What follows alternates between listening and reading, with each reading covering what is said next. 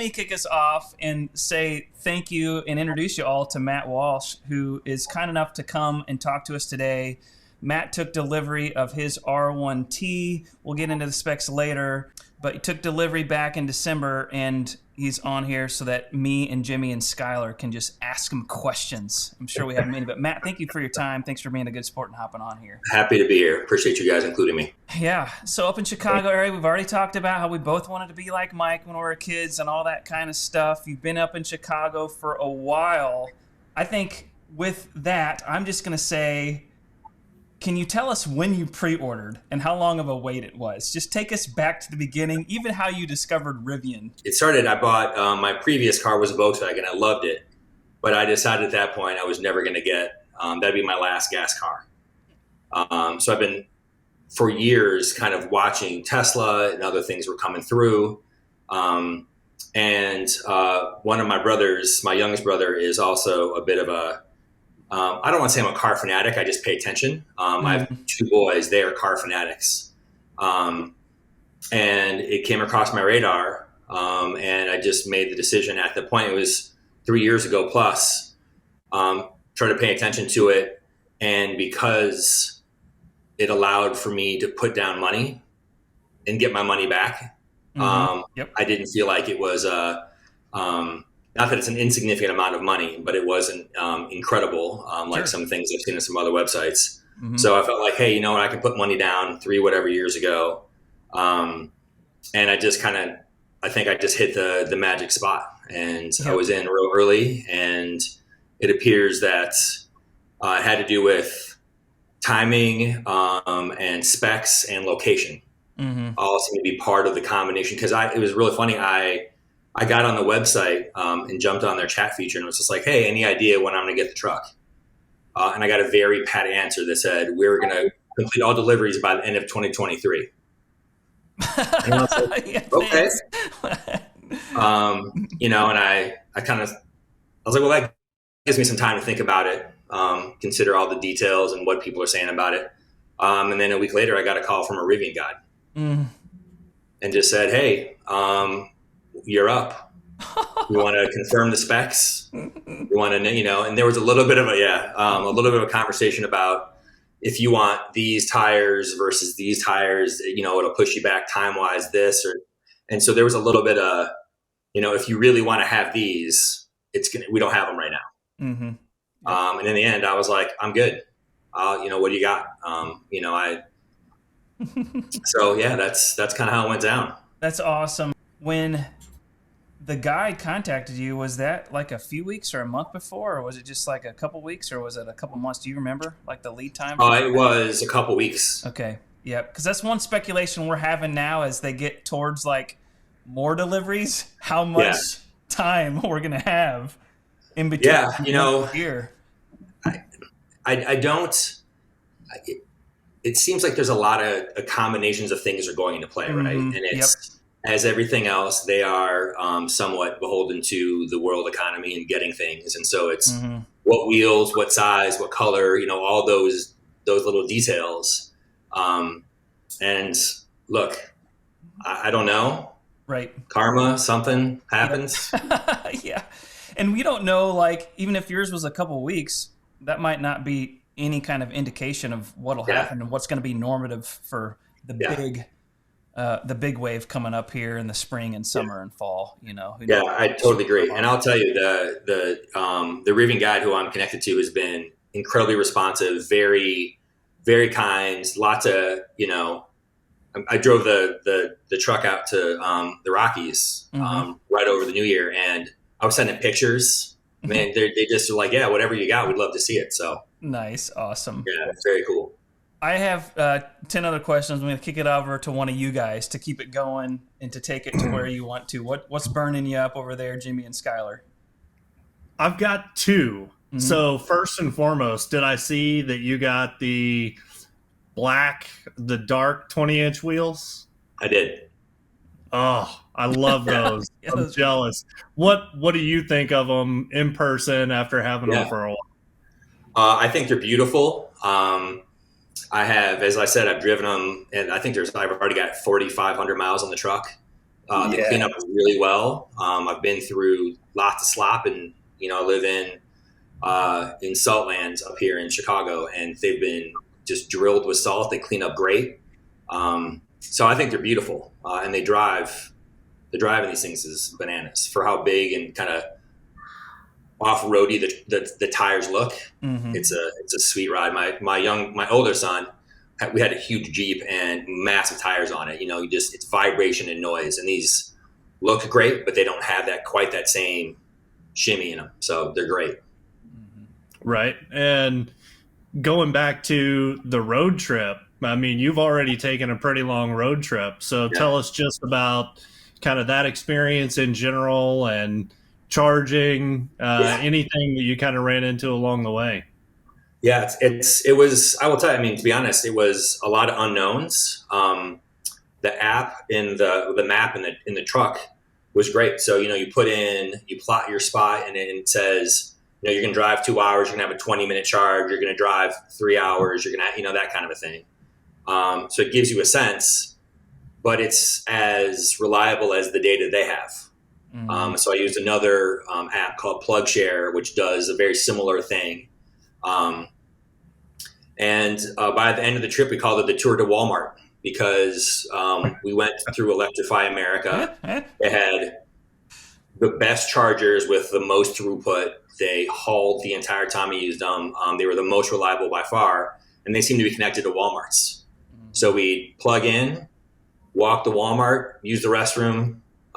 If we grab some food, sit in the truck for a minute, and then move on. So we'd plug in, and it would say it will put 350 miles in the truck in an hour, and we never needed nearly that, right? So it was usually a 20 to 30-minute charge. It was real fast. We did some charge point, didn't have the same luck with charge point. They tend to be very underpowered. So the Electrify America was incredible. So I guess the take-in delivery process, did you actually go to Normal, or did they come up to you there in North Chicago? It's funny. I said, hey, can I come down and get the truck? And their response was, we'd really love to bring it up, because we want to, this is a new experience for us. Right. So they really wanted to bring it up and do the whole process with me. The drop-off guy said I was number 2. Wow. Second truck they'd ever delivered. So that was a little bit of I was like, what? Okay. And they dropped it off. We live in a neighborhood that has alleys, and we dropped it off in the alley, and, I took a million pictures, and they were super helpful and kind, and took me on a drive and did that whole thing. So it was, they're cleaning the windows and cleaning the wheel, like everything. And I was like, let's just go for a drive. So. Because I'm going to give it back to Jimmy here, but that was your first time driving? You didn't do the first mile event or anything like that? No, I didn't. Yeah. I did not. It was, there's a guy who I think works for Rivian in town here, and I've seen one like cruising around. Okay. So this is the most have faith kind of experience I've had with anything like this. Right. Seen them, watched videos about them, read about them kind of ad nauseum. I've never even had a pickup truck before. I went from a Volkswagen Golf to this thing. And, I was just like, I went from, I have 2 years to think about this and maybe sit in someone else's truck or go to an event, to, we're doing this in a couple weeks. Let's do it. Yep. So. That's awesome. Yeah. Jimmy, keep taking it away, buddy. For those of us who will be taking delivery soon, and I'm sure this process is going to be a lot more, they're going to work some kinks out of it, but can you give us like an idea of from the time that they pulled up in that alley behind your place to where Matt was the owner of that forest green R1T, like what was that time? What was that time like? We talking, and minus the the oogling over the truck and the, probably all the other things that were going on in your drive. I mean, from start to finish, like what was that time frame like? So it was actually, they left it totally up to me. They would have left the truck on the street, and I would have seen no Rivian employee at all, and it would have been mine. And so I asked for a tour. Like everyone else, I'd watched a million videos and knew where all the cool, fun features were. So I just looked at the delivery guy and I just said, what do you think I should know? Mm-hmm. Like, what are some cool things you know about the truck? And so he just gave me a couple, hey, this is how this is, and this is what this is. And, so it could have been, again, 0 minutes, probably all in. It took me 30 minutes. Okay. It seemed to me to be very owner oriented. So whatever I wanted, they would do. Gotcha. And how quickly did you work your way through the actual purchasing process before they brought the truck to you? That's exactly where I was going. Yep. Yeah. So it's pretty funky. So all of a sudden, like all this stuff that's in the app, right? I had the app on my phone and it was essentially didn't do anything. And then all of a sudden, all these options became available. And it was anything from talking about the insurance to financing to all those things. And so each one of those, I talked to people who were so excited to talk to me and give me all the options and do all the things I needed to do. And again, being so early in the play, I think there were little hiccups here and there that, starting up anything, but everyone was very responsive and very friendly. It was, I wish everything else went that well. People were that excited about whatever products they're selling. Mm-hmm.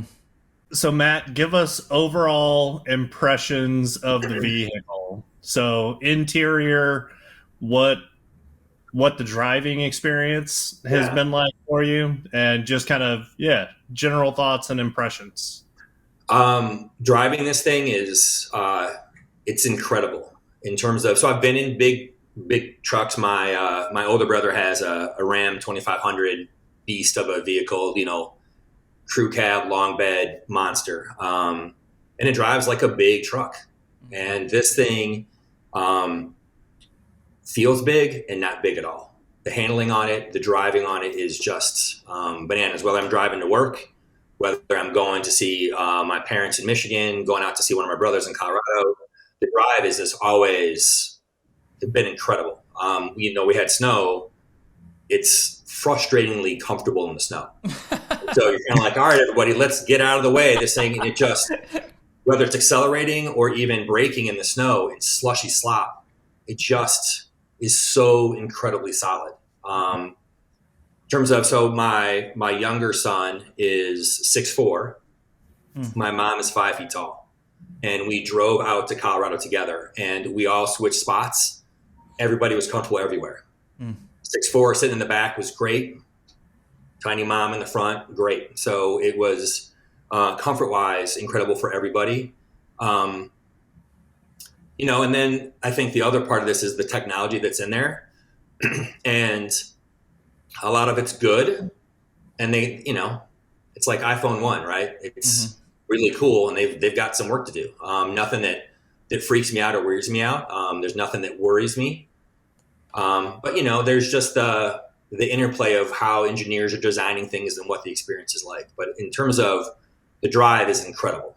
And I've been in some really nice cars and some not nice cars and all that kind of stuff. And this is just incredibly comfortable. And everyone wants to race me, by the way.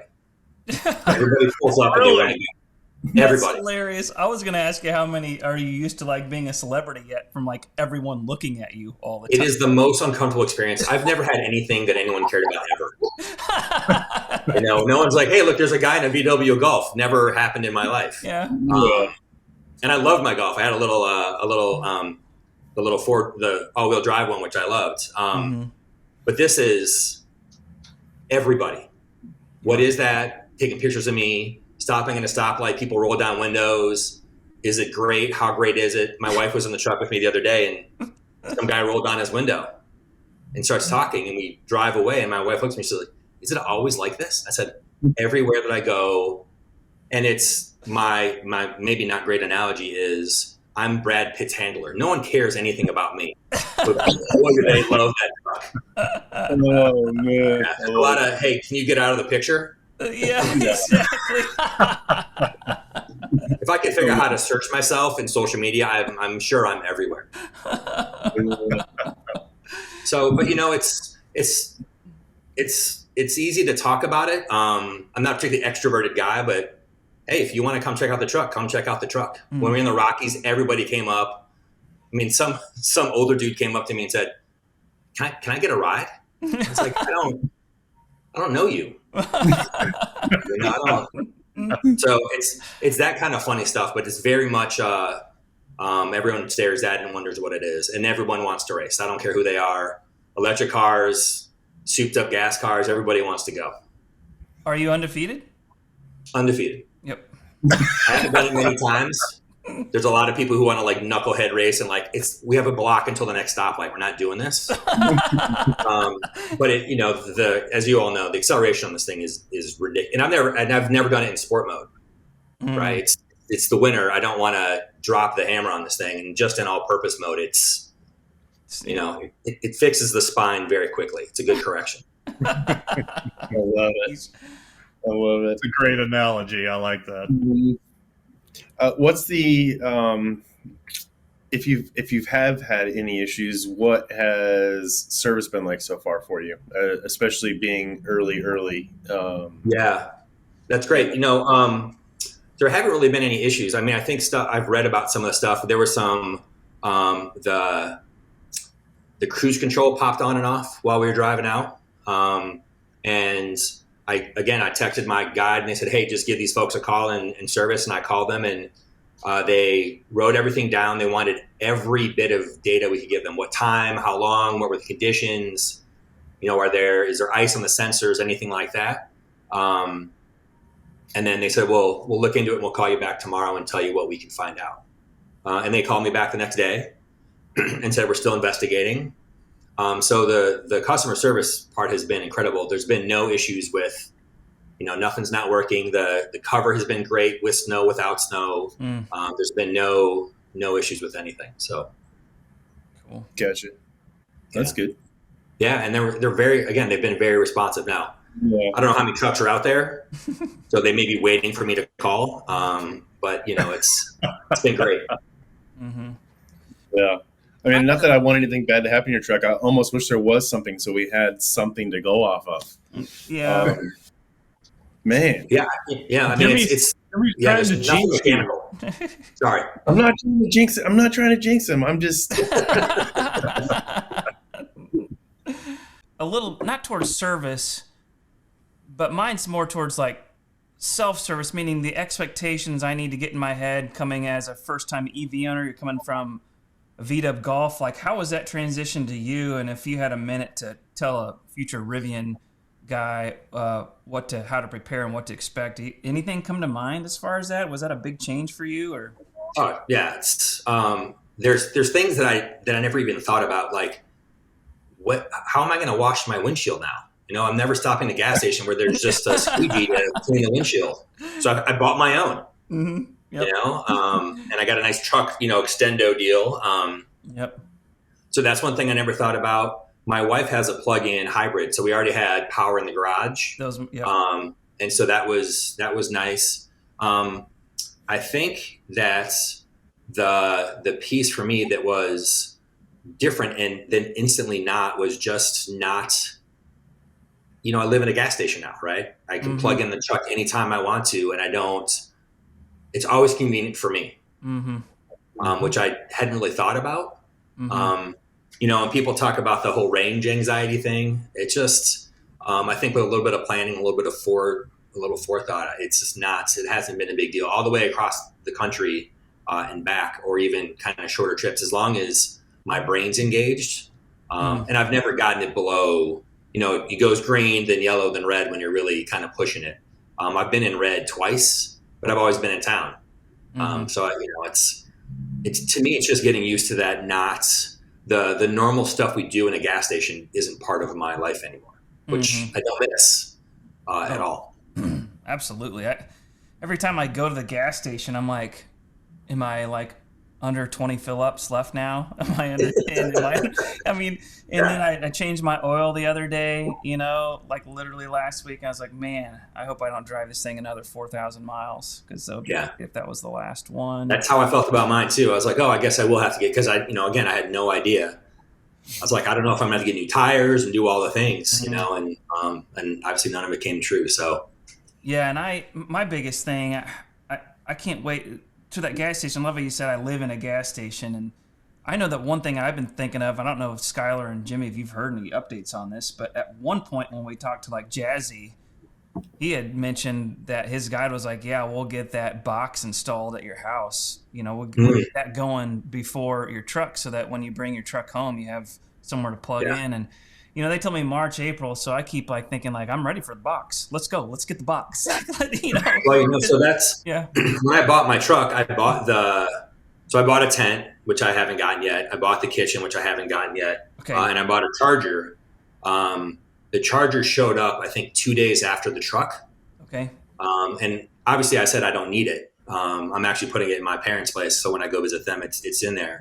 But yeah, I think to me that is the big deal, is making sure you have the right amps to the garage and making sure that thing is all ready to roll, and then you're good, I think. 100%. So what, if you don't mind, what the charger, the EVSE that you have in the garage, is that way underpowered for the truck, or did you actually, is it 32 amp service? 32 amp EVSE 40? What are you looking at? So we pulled 75 into the garage. And we live in a real narrow lot, and the garage is 50 feet behind the house. And we were talking about this, and the whole conversation about my wife's car was knowing eventually there'd be 2 cars in the garage that need to be charged, and what was that going to look like. So we have 75 amps into the garage. And the electrician at the time recommended that we get a Tesla charger because you can daisy chain them. So if we wanted to have multiple, and I had no idea what I was talking about. It's like, sure. So we returned the one that we had. The Tesla one was $200 more, and then we had to spend $150 on an adapter. Right. So it ended up being not, in my opinion, worth the money. It works great. It runs fast the whole time for what I think home chargers do, which is about putting in about 20 miles an hour in terms of range.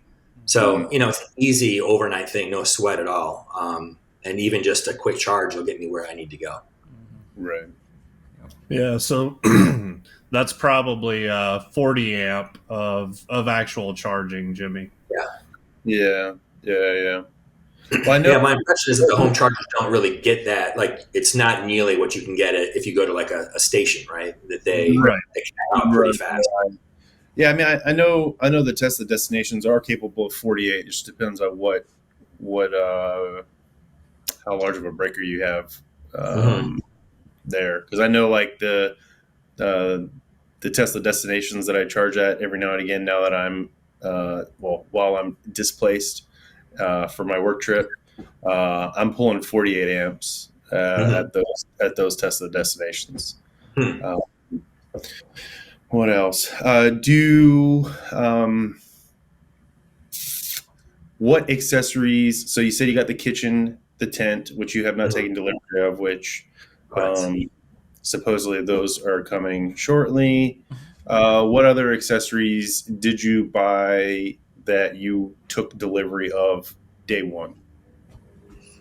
So, I got the off-road package. I got the bars. The bars were in the truck. We put them on together. He showed me how to, put them on. If you've ever put bars on a car before, it is the greatest solution ever. I've been putting bars in my car for over 20 years, and the idea that these things pop on and lock, and they telescope, and they fit right in the gear tunnel when I want them off is incredible. So that was really it, and I don't know if I'm sure you guys have seen this, but this is it came in this crazy box, all the keys. Yeah, I love it. Yeah, I was like, that is the fanciest thing I've ever seen for a key. Usually it's, some guy who's like, here's your key, get out of our dealership. And so the only thing that wasn't in there was the wristband, was just delivered on Saturday. Yeah. So a full-size spare, did you go that route, or did you go no spare? I did. Gotcha. Full-size spare. I'm looking forward to a weather experience where I can take it out and fill it with ice and turn it into the party truck. Yep. I love that idea that there's a drain in the bottom of it. Yep. And I am waiting when I get the kitchen. I'm going to pull a bunch of guys out from work, and we're going to go have a grill in the parking lot as soon as I get that kitchen in. So that's a freaking awesome idea. So now you're getting to like the fun of it and the adventure part of it. You mentioned before about having some experience with like a brother or brother-in-law with big trucks and whatnot, but you're coming from a Golf. You got the all-terrains. I guess my question is, are you going to be getting into the world of off-road? Have you already been there? How's this change your life from adventure? I know that I've seen you post like skiing and all that kind of stuff, but any words there? Yeah, I will tell you, I think that part of this was, and it's kind of a funny way to think about it, but buying the truck for me was aspirational, and it's, what do I want to be doing? And like 15 years ago, 20 years ago, I got back into biking, and it's been a big change for me. And now I ride all the time. And my hope is that with a truck that is this well designed, that has the kitchen, that has the tent, that I'll be way more inclined to get out and do stuff. And that's really what this is about to me. Yeah, I could get a camper and I can do all these things, but the idea that this is just the truck that fits in my garage, and I can just get out for a weekend and go, bike, go do whatever I'm going to do, go out with my family. To me, that's what this is about. It's about having the convenience of getting out there and doing it. And again, my older son had a crazy off-road Jeep, and he took it up to Shriners Pass and the Rockies and loved it. When I'm up and I'm ready to give that a run, I don't think I would hesitate at all. But being out there the first time in the winter with my first EV, I didn't think, what I want to do? I want to get stuck somewhere. Yeah. So my brain has matured a little bit. I haven't done the usual dumb stuff that I do, but absolutely it's about, I do want to get off road more, and I want to do some of that stuff that would get me out of town a lot more and do that kind of fun playing. Yeah, that's cool. Aspirational is a good word for what you said at the beginning, because I agree too that I've kind of gone even back and forth with just like the bike rack, and with the SUV it'd be like way up, I probably might just end up throwing it back with the seats folded down. But the idea is just like, man, it does just kind of call you on and inspire you to get out there and do some stuff, which is cool. Yeah, and when it's easy, it's hard to, then you have to kind of wrestle with your own, like, okay, this is really easy. Why am I not going for this ride, or why am I not going to go do this? It's ready to roll. As ridiculous as it sounds, like, convenience matters, man. It does a lot. Yeah. I mean, even those bars, like 20 minutes wrestling some bars on the top of a car. Mm-hmm. It's cold, it's dark, and you're like, I got to do this now. Forget it. Yep. But now, click, and I'm done. Yep. I mean, it's so silly how much more convenient and easy it is. It's amazing. Yeah. Has this changed your mindset as far as looking to possibly get rid of the plug-in hybrid and going with another pure EV, or are you guys content with that route for now? Yeah, and I'll say this, and you can edit this in or out. My wife won't watch it anyway. I think electric vehicles require a certain amount of maintenance in terms of like, I got to plug it in, not plug it in. She is not a diligent charger of her plug-in hybrid. And so she goes gas when she doesn't pay attention to it. And so I think for a lot of folks, there is that hesitancy to kind of go into that world where you're playing the game of, I need to know where a plug is and I need to do that. My experience has been jump in and it'll be fine. But I live in a part of the world where there's lots of plugs. I will tell you what's fascinating is the place where there were the fewest plugs was leaving Chicago and getting to Western Illinois. It was a ghost town. There was nothing. And so we were fully charged. It was great. We got into Iowa and went to the giant truck stop in Iowa to plug in. But that is the only thing that's kind of funky, right? There are these certain routes. If you went on I-80, there were plugs. But I-88 up north, there was nothing. So that part's hard. I think she will be ready eventually, but she's not a quick adopter. Like to watch them struggle and then make a better choice. Yeah. That's a good question, Jimmy, because if I had like a final question, I would probably like look forward, and I was going to kind of ask the same thing, like when are you going to order like the R1S or whatever. But since we've kind of already talked about that, I mean, you went all in. Rivian's a brand new company. just in general, where are you at with just like, as a fan of Rivian? Are you like off the charts now? Are you like, who knows what's going to happen? And this might not make the show. I'm just curious because as someone who hasn't taken delivery yet, there's still time for us to back out. Not that I would, but you know what I mean? There's always that freaking, if you're a human, you're going to ask that question. Where are you at right now with all that? Yeah, no, it's a good question. I think having been an early adopter of other technology, I was one of the knuckleheads who stood out for the first iPhone for hours and got the awesome. phone whenever that was. Yep. I think what's really nice is that there has been some really important lessons about iterations and how this plays out. And so the things that I think aren't great on the truck are things that are really easily fixed. And the truck as a vehicle is incredible. Mm-hmm.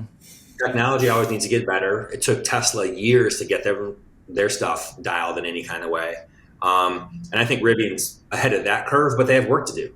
In terms of the company, I think they have a really thoughtful CEO running a lot of things in a lot of ways. And there's the idea that they're trying to do a fleet side and a personal side. It's a lot to hold on to. I do think that they got it. That's just the feel that I get from it. It doesn't feel like, you all remember Webvan, $800 million startup, and they were before there was any other grocery delivery service. That was their thing. Okay. And they raised $800 million and were out of business in 14 months. Wow. And so this is this very interesting set of, there's all this learning that's happened about how to run a company and what this looks like. So they have a lot of growing to do, but I'm not, personally at this moment, I'm not afraid. And I don't pay attention to stock prices because it's so, hey, someone said they got a flat tire in the Rivian and all of a sudden it's so emotional. And so I think not paying attention to that, the long run on this thing is very, very positive. The vibe from the people I talk to, the interactions I have, it just feels thoughtful and well run and very people oriented. There's other companies I interact with. I'm like, oh, you don't care about me at all. And they seem to have a different vibe, at least the way I'm feeling right now. We actually did an episode a long time ago about why we're on board with Rivian, and the biggest thing came down to the people and or the culture, which are so intertwined. Absolutely. And that technology and all that stuff. Yeah, I mean, it's important, but it's the people behind it that make it work. And definitely get the same feeling from RJ as far as being not only a thoughtful dude, but a pure genius. And then hopefully he just continues to build the same quality and caliber of team that he is, which he's done a good job of getting started. Yeah, I mean, I agree. And there's just, again, it doesn't matter if I'm talking to someone dropping off a truck or whatever, they seem genuinely excited about what they do and where they work.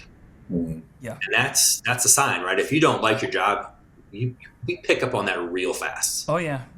Right. Yeah, and we come out the BS. And so I think that's the piece. So we'll see. I do think that RJ's got a very different vibe than some other CEOs that we know about. Yeah, he does, for sure. They probably both have their place, or, they all have their place. Sure. But it seems it's not hard to be nice. It's not hard to be nice. True. Yeah. And it halfway isn't hard to be self-destructive either. I mean, so. True. It's true. Yeah. Guys, got anything else? I do actually. So I had the pleasure of driving to Richmond and going to the Richmond Service Center last week, shortly after we recorded back on Wednesday. Have you driven by the Chicago location to see its latest status at all? You're not that much of a dork? I'm sorry. No, I am that much of a dork. I'm a dork that doesn't have as much free time as I would like. Yeah. My dork level is 10. Yeah, fantastic. I love it. Yeah. I love it. No, I'm actually going down with one of my kids to look at a school down near the plant, and I've reached out several times to see if I can sneak in and check out the plant with the truck, and just so I'm dorking out hard. It's just about time. You looking at ISU or Wesleyan? Actually, Bradley. Bradley. Oh yeah, Peoria then. Yep. Yeah. So, cool. But it gets us in the neighborhood enough for us that I'm like, we're down there. Let's go take a look and see if we can get in. And have you been to the factory yet? I have not. Oh my goodness, it is massive. Yeah. It's ridiculous. Yeah, I'm hoping to get in and just get a little look at it and see what's going on. I'm really Very hoping cool. I get to take my old delivery from there. We'll Yeah. see. I don't know. I mean, I've been asked, "Would you be willing?" And I'm like, "Yeah, that would be preferred." Yeah. But I don't know. At the end of the day, I'll do whatever comes quick. Yeah, I'll meet you. Yeah, whatever. Yeah, whatever works for them, I'll take it. I'll stinking meet you in Iowa or South Dakota if you want me to. Jeez.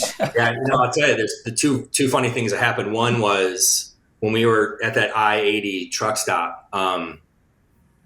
We plugged in and went in, grabbed some food, and went out, and there was a Rivian parked next to our Rivian. And No way. like, this is bananas. And the guy got out of the truck. He was with his dad. I was with my mom and, as I said, one of my kids. And he looked at me and said, "Do you work for Rivian?" And I was like, "I don't." And he was like, "Okay." And then he proceeded to talk about how much he liked the wheels and how he wished he'd been able to get different wheels, but they were on back order. And so he either had to wait 6 more weeks to get his truck, or he got the wheels that he got. So that's a bit of a sign about how this whole thing is playing out, right? It's like, what do you got in stock, and how much do I care that I get exactly what I want? Mm-hmm. And my original thought too would be to go for the much bigger battery. Mm-hmm. And my brother out in Colorado, he's got a bunch of buddies with Teslas who all opted for the big battery, and they will tell you that it just, for the incredible amount of money, the upside is not. It's not what you would think for 10 grand or whatever it is to opt up the battery. Right. It's just Mm-hmm. how often are you going to use that extra battery? What's the power of the battery? That kind of thing. And so, I think for a lot of folks, that's what kicks them back in line, is they're waiting for that huge battery, the extended battery. So Yeah, we had no problem getting all the way. we've had plenty of talks about that for sure. And it's interesting what you say about what's available, because the black 20s were your first choice. That didn't happen to delay you. Was forest green and all the other stuff, or did you end up doing a swap on anything else? So I actually originally would wanted the bigger wheels, and they said, "Hey, this is what we have," and I was like, "Cool, I'll take them." Okay, so you originally going to go with the 22s? Yeah. Okay. Yep. Yeah. I mean, I live in the same country as you guys. It's like, isn't bigger better? Isn't that the whole name of the game? Yeah. And so why would I want a Whopper when I can get a double Whopper?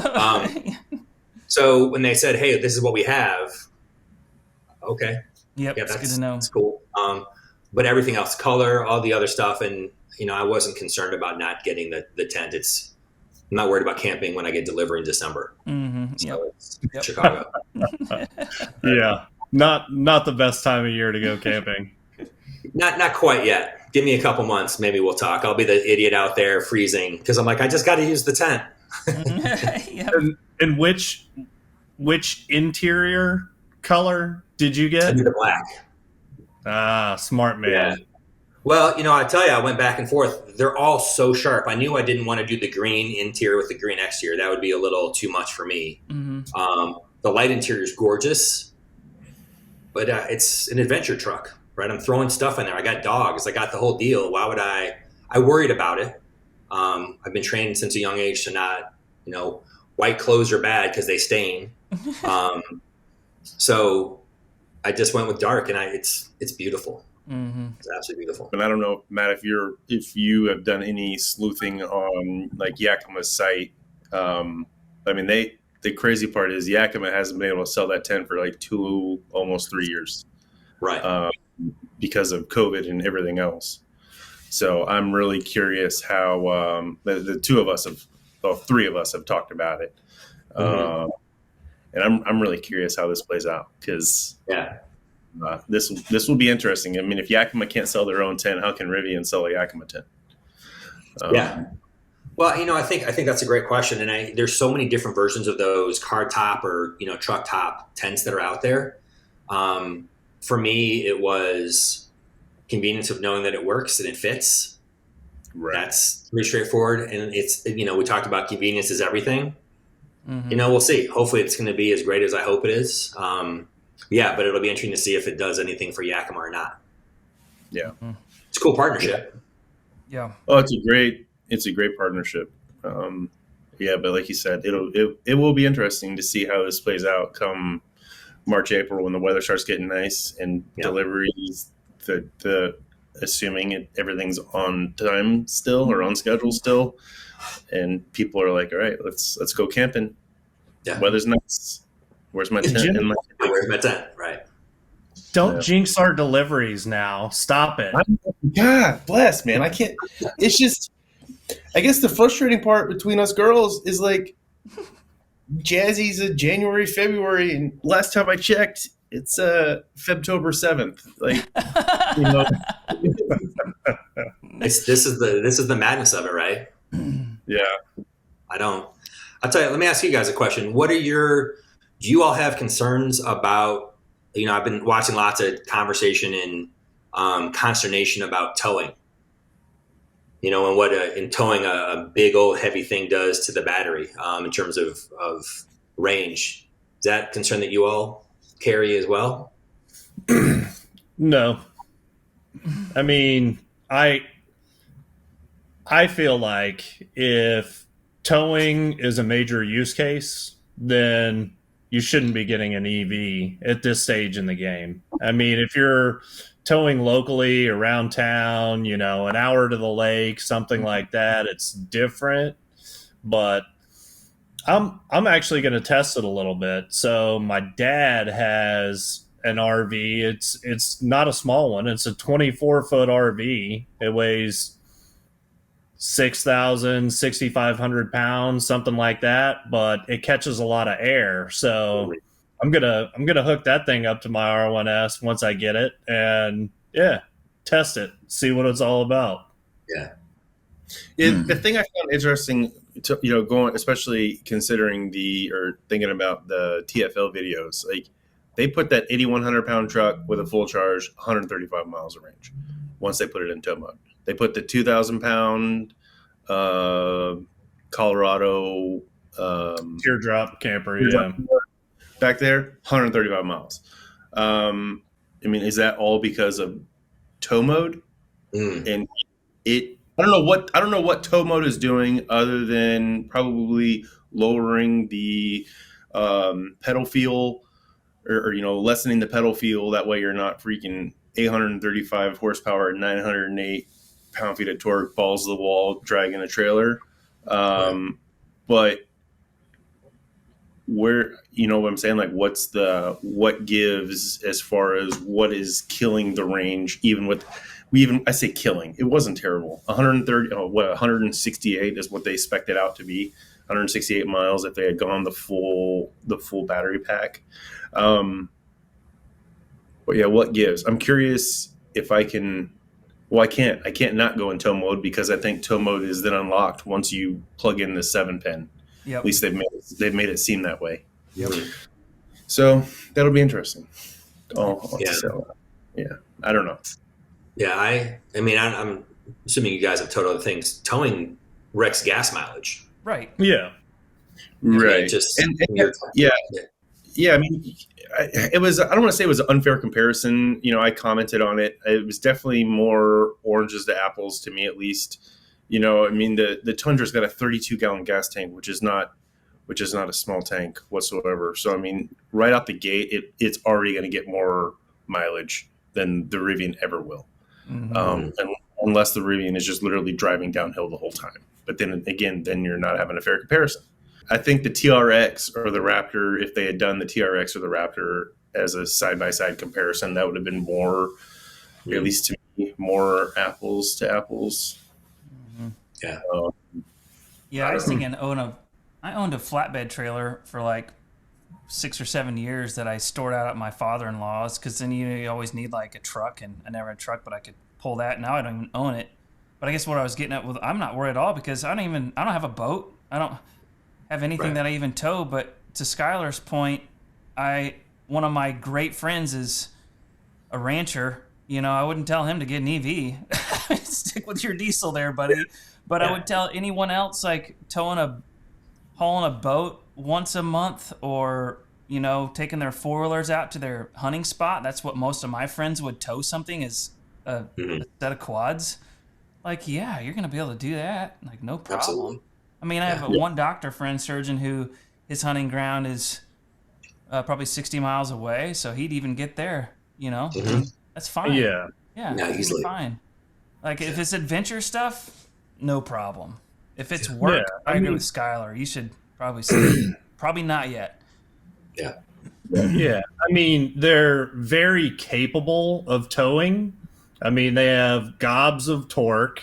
You know, one of the other things is in tow mode, it will actually adjust the air suspension based on the load that you put on it. So that's a plus. But I mean, it's where if you're towing for long distances, it's the range hit and the difficulty actually of recharging if you have a trailer attached. I mean, you can pull through a gas pump with a trailer. You can't do that for a fast charger. So yes.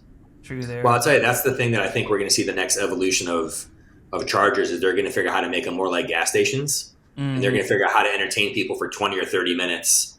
Yeah. While we're sitting there charging up our vehicles. Not everyone's going to have Netflix on their screen, and there's going to be something you can do to go in and. I think that's going to be the next kind of setup too. Yeah, I agree. Totally agree there too. We have a Tesla station here in Springfield, and it's right by Shields, like this great sports, thing with food and everything. I'm like, that's going to be more and more like that. Like, get pit stops where you can get out and shop and see a good store and blah, blah, blah. Yeah. Electrify America at Walmart. It's perfect. Yep.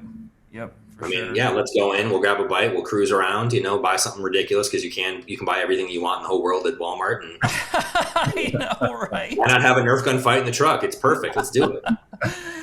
Yeah, that's awesome. Matt, thank you very much for making the time and coming on. Yeah. I really enjoyed talking to you. You were cracking me up. So yeah. Thanks for everything. Yeah, I greatly appreciate it, Matt. Thank you very much. Let's stay in touch. Maybe we'll have some biannual updates between all of us and talk about the latest and stuff. And we are going to keep interview stuff going, so don't be a stranger. All right, guys. Thanks for watching. This is to be continued, so please do subscribe so you don't miss the next one. In the meantime, please do join us over at rivianstories.com. This really is a phenomenal community. It's the community for true Rivian fans and owners. And you can even pick yourself up a t-shirt or sweatshirt. Thanks.